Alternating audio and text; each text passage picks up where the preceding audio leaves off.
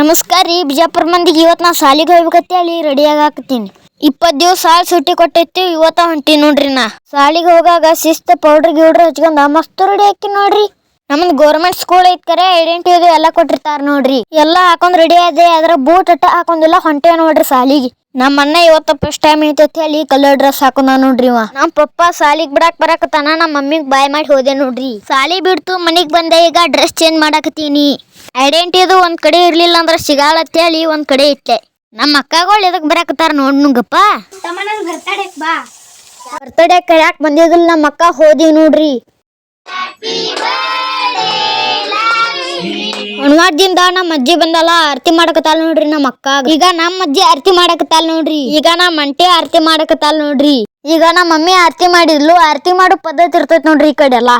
ನಮ್ಮ ಅಕ್ಕ ಹೋಗ್ಬೇಕು ಆರತಿ ಮಾಡೇ ಬಿಟ್ಲು ನೋಡ್ರಿ. ನಮ್ಮ ಅಜ್ಜ ಒಂದ್ ಫೋಟೋ ತಕ್ಕೊಂಡ ಬಿಟ್ರೆ. ನಮ್ಮ ಹನುಮಾಡ್ ಅಜ್ಜಿನ ಒಂದ್ ಫೋಟೋ ತಕೊಂಡು ನಮ್ಮ ಮಾಮ ನಮ್ಮ ಅಕ್ಕ ಕೇಕ್ ತಿನ್ಸದ್ ಬಿಟ್ಟ ತಾನ ತಿನ್ನಾಕತಾನ. ಒಂದ್ ಚಾಕ್ಲೇಟ್ ಬಾಕ್ಸ್ ತಗೊಂಬಂದ ನೋಡ್ರಿ ಇವ್ ನಮ್ಮ ಮಾಮ.